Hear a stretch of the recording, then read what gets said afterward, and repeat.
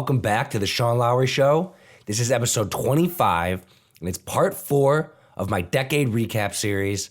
And you know what? I'm kind of excited for it to be over because I'm done recapping the decade, and I'm ready to move on with the year, move on with this next upcoming decade.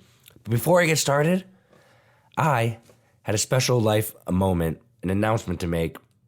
I got sick for the first time in 18 years. If you listen to some of my early podcasts, I've talked about how I haven't been sick in 18 years, and I believe that most people, 80% of people who call into work sick, they're calling in and they're fine.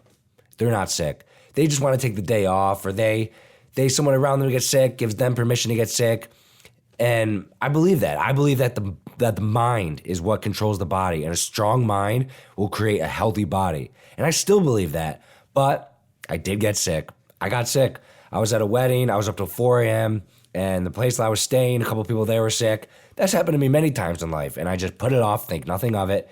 And the next day, my voice was not working well, and I was like, okay, I was just talking. I was up late night talking at the wedding, and I lost my voice. But over the next day or two, my throat hurt real bad, and it was a whole new experience for me. I'm not joking. I haven't been sick in 18 years, so I still went to work. I still got some stuff done, but I did have some soup and kind of watch TV and do nothing, and it was a weird feeling for me, but I did get sick, so I just had to talk about that because that's something brand new for me, and I'm going to start a new streak going forward. So if I sound a little sick, I'm just getting over it, and I hope to never say that sentence again for another 20 years. All right, but this past decade, I've been recapping it, and this episode overall is just going to be kind of a recap. I've talked about sports, politics, business, and early on in this decade recap series, I did a lot of research and stories from this past decade. I looked over them, and here are some of the stories that are basically just honorable mentions that didn't make it into my sports, politics, and business episodes. So some of them that's just right off the bat. Oscar Pistorius, he was charged with murder, but more interestingly, he was the Olympian athlete who didn't have real legs. And that was just, I don't know, is that fair? But anyway, he kind of changed that story when he became a murderer and got charged with murder. So that was just something interesting. There was Apple versus the FBI, if you remember. The FBI was trying to get access to data from Apple iPhones, and Apple fought against them, and it was like, will Apple give up our data to the FBI? And is it data or data? I don't know. But that was an interesting story. There were some other things like the Boston Marathon, which was just kind of a terrorist attack, and that was well responded by our country. And, you know, terrorist attacks are terrible, but when they do happen, everyone kind of responds back together, and it kind of becomes American, and we all kind of unite together. Bin Laden was killed along the same lines, and recently we just killed some other terrorist people. I mean, it sounds bad killing people, but that's what countries do to bad people. So that happened over the past decade. One other big thing that in the politics episode I didn't mention was gay marriage became legal, and I'm all for that. I don't care. I just want everyone to be happy. And there's a lot of very, very successful gay people, like Tim Cook, better known as Tim Apple after Trump called him that, which I thought was hilarious too.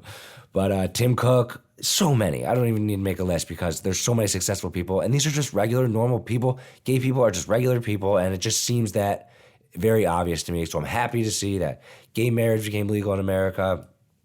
That was something big that happened. What else do I have on this list? Occupy Wall Street. I don't know. That was early in the decade. I wasn't paying close attention to the news. Seemed like kind of some babies whining about stuff. But then on the business side, a couple other things. Cyber Monday. Sales topped $1 billion for the first time in 2011, and I discussed the rise of e-commerce sales. Hostess went bankrupt. Twinkies. And I think it's because everyone kind of started eating healthier. I mean, go to the grocery store and getting one of those like wrapped cookie donuts. I mean, can you imagine? Those things are like poison. Like, I feel like no one buys those anymore. So they went bankrupt. Samsung, their phone that they released, I forget what version it was. I'm definitely not a Samsung guy. I talked about that. I'm an iPhone guy. But their phone exploded, and that was like getting jokes made by all like the late night talk show hosts. They had an exploding phone, so that wasn't good for Samsung. Microsoft bought LinkedIn, And I think Microsoft kind of is a shitty company. I mean, who am I to say that? Obviously, Microsoft's had so much success, but I hate their products. I hate their PCs. I hate their phones. I hate Bing. Bing is one of the worst services. I'm not a big gamer. I heard Xbox is better than PS4, but I know they do well there. But they bought LinkedIn this past decade, about 5 years ago. And LinkedIn's doing really well. So Microsoft does find ways to use their money to make smart business decisions. And that was kind of something under the radar that was smart. And the other thing I have here is when Wells Fargo had all those fake bank account scandals, honestly, I was a recipient of that for years. I had been on the phone as I just started my business career and just started banking as an adult with Wells Fargo so many times, fighting them. They had all these dumbass rules where I had to open up another bank account and transfer $10 a month into it to have it be active. And I was like, what is the point of this? And I got mad at them so many times. One time they sent me a credit line open for $15,000 when I didn't ask for it. Now, it's my fault. It did end up tapping into that. But I didn't. They just opened up these accounts for me, and they always were opening up more accounts. And when I found out that they were doing this, I was like, yes, Wells Fargo. And then I'm not a huge Elizabeth Warren fan, but before the presidential race, she sat there in Congress, or no, I guess the Senate. She sat there at the Senate in front of the Wells Fargo CEO, and she just tore him a new asshole. She's like, how much money did you make? Blah, blah, blah. And I forget all the details of it, but it was great optics of just the Wells Fargo CEO sitting in front of the Senate getting bitched at by Elizabeth Warren. And I was like, okay, I get that, because Wells Fargo for years was kind of pulling those tricks on me. And that was a big story over the past decade. But damn, back to being sick, man. I can't believe I got sick. Like, I still have the same mindset. My mindset doesn't change. Like, it snuck into me. Maybe I didn't have my strengths up. Maybe I didn't have, my mind on right. It was the new year, kind of just had Christmas in a party mode. But there's been so many other times I've been around sick people. One time my fiance Shelby, about maybe 8 years ago, had like strep throat or something. And I was like, make out with me just so I can prove that I won't get sick. And I did, and I was fine. Like, there's been so many times that I've been around sick people and I've just haven't got sick. Like, and still, I mean, I could have said that this didn't count. Because I was sick 3 days maybe. I went to the gym 2 out of those 3 days. I went to work all those days. I printed shirts for like 5-6 hours the one day because our one employee is missing a couple hours, so I've been picking up some of that. And I worked on some company goals for the next year. Like, I still did stuff. So I could argue that I didn't take a day off. I wasn't in bed all day and I wasn't lying there sick. But hey, I'm just an honest person, and I could have kept my streak going. But the truth was, it got into me, man. I needed to get some medicine, some soup. I was coughing up phlegm, and I can't believe it. But I did get sick. But I still believe in the same mindset that for the next 20 years, forever, I don't think I'm going to get sick again. And I guess it's possible, but I still believe that the powerful mind controls the body. And if you keep telling yourself, if you have a little sniffle in your brain is like not thinking about it, and you move forward, you're less likely to get sick. Somebody who has a sniffle and then gives and goes, oh, I'm getting sick, and they say it out loud, and they tell other people, oh, I'm getting sick, I'm feeling sick, and they're like, oh, someone else near me got sick, and then you're like looking out for germs and you're thinking about sick. Whatever you think about comes true. And if you think about getting sick, you're much more likely to get sick. And I've been using that tactic forever, not thinking about getting sick. And it's worked great for me. So I still believe in it. And I still did work on these days. So, but I still can't believe it. It's crazy the streak's over. But back to the culture. That's what this episode is about. Episode 4 of my 4-part decade series is about culture. And here are some of the cultural things that I picked out over this past decade. One thing is pictures of food on social media got much less popular. Think about that. When Twitter first started, Instagram first started, people are like, why would I want to see pictures of your food? I don't want to see pictures of your food. Like, social media was all people posting pictures of their food. If you notice, no one really does that anymore. You know, there's a little bit of it, but maybe it's because stories came along and that's where people post more of like food or things that, you know, the storyline, the actual timeline of your posts You want them to be like pretty and looking good. And the stories is where you might put other stuff. But still, I don't know. And I'm happy about that. Sometimes I don't love seeing food pictures because like if I don't like the food, I'm like, ew. But less food pictures. And on the food topic, I mentioned Hostess going bankrupt. I mean, people are eating healthier. Everybody knows about healthy eating these days. Everyone knows how bad sugar is. I mean, people still might not eat healthy, but they know. They know we're much more educated on what's healthy. People know bread isn't healthy anymore. People know that sugar is terrible for you.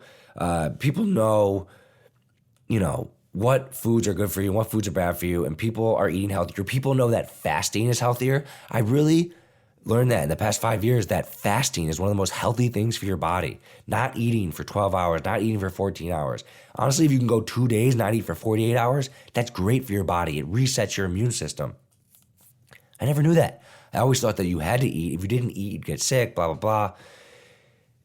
People have got much smarter about eating healthy over this past decade. A couple other cool little trends with a fidget spinner, a pop socket, which I cannot have a phone without a pop socket now. That little thing that goes on the back that allows you to stand it up. And I'm surprised Apple hasn't selling their own pop sockets yet. But yeah, the fidget spinner, the selfie stick, that was cool. And I love these challenges. Like we had like the Harlem Shake happen this decade, and the mannequin challenge. Just like these little viral videos that like a basketball team can make, or an office, or a group of people, and you just post them on social media, and they're cool to watch. So the Harlem Shake, the mannequin challenge, the solar eclipse was this past decade, and that actually came right over where I am in Charleston. So me and my employees went outside, and we had the glasses. We got them for free from the local library, and it was so cool. Just in the middle of the day, for 30 seconds, it just got pitch black. I guess the sun and the moon crossed or something like that. But exact time that the news said, I think it was around 12:32 p.m. The exact time that they said is the exact time that it got dark for about 30 seconds outside. That was so cool to see. But I gotta say, one of my favorite things by far from this past decade was something personal, and that was the viral ALS challenge. The ALS challenge. That was when everyone poured water on their head to raise money for ALS, and everyone challenged 3 other people, and it really did go viral, and a lot of money's been raised for ALS. And that's special to me because my dad passed away from ALS, and recently I was going through some home videos, and I put it on social media. I found this amazing video of my dad, and he passed away when I was 12, and I didn't get to spend a lot of time talking with him because he got sick when I was about 6 or something like that. So to hear his voice on this video again, and my mom asked him one piece of advice for me, and I was on his back as a 5-month-old. And he said, "Sean, I want you to think big." What words of advice do you have for your son who's 5 months old?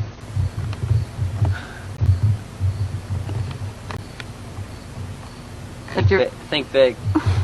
That's your father, man, a few words. It's just cool to hear his voice and give a little tidbit of advice like that. See, I mean, cancer is a disease that needs to be cured that kills more people than ALS. ALS is more rare, but diseases are cured. Polio is cured.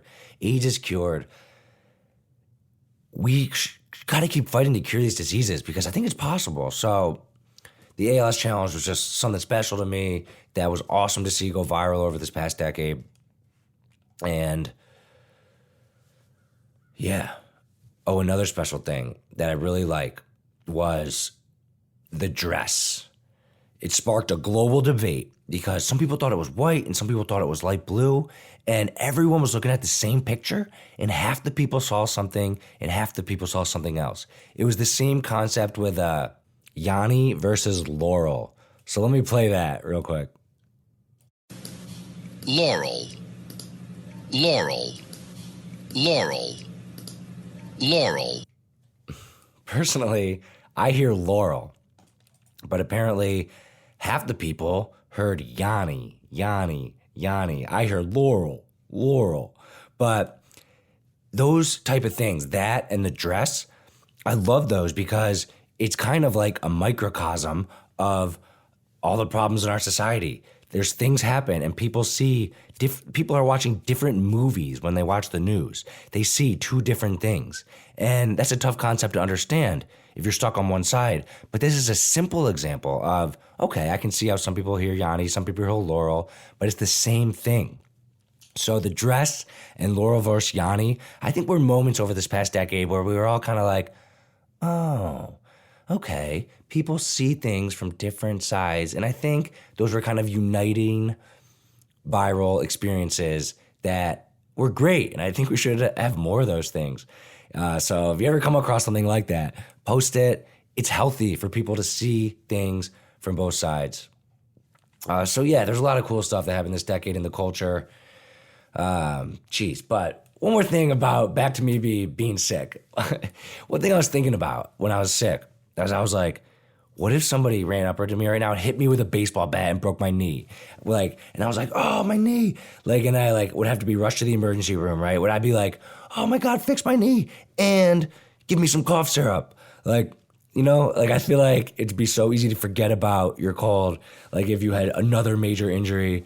I don't know. That was just a thought that ran through my head, just because I couldn't believe it. I was sick. And I was like, how can I just play a trick on myself to forget that I'm sick? And I was like, I bet you if I broke my leg or broke my ankle or snapped my leg in half, that I would totally forget about being sick. And I basically cure it that way.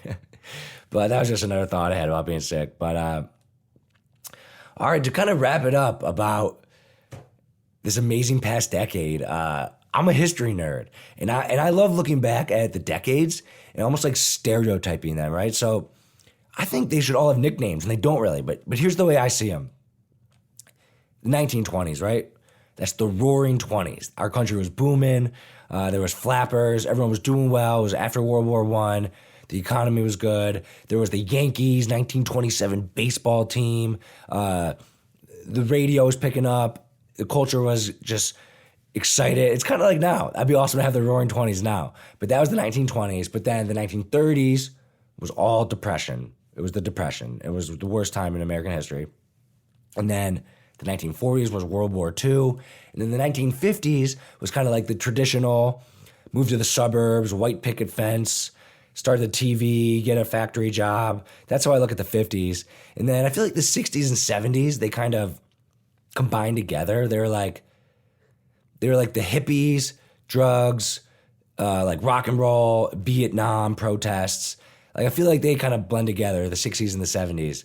But then when I think about the 80s, honestly, I think about that show Stranger Things. I feel like they did a great job of recreating the 80s. But I think of Ghostbusters and Ronald Reagan and Atari. Another really good time, the 80s. And then the 90s, I think of Michael Jordan, MTV, kind of boy bands, Nickelodeon, Tamagotchis, the slime from Nickelodeon. And then the 2000s, I don't know how we say this, 2000s, but I don't know if there's really a stereotype for the 2000s yet. But I think of these decades as if you were going to have a frat party themed around these decades. You could do 60s and 70s. You could definitely do a roaring 20s theme party. You could do an 80s theme party, a 90s theme party. And the 2010s, this past decade, I don't know, maybe we should call it the Techie Ten, the technological tens. I think we should have nicknames for all these decades. I was researching it, and I think they called them the thirsty 30s because everyone was thirsty because there was no food or water.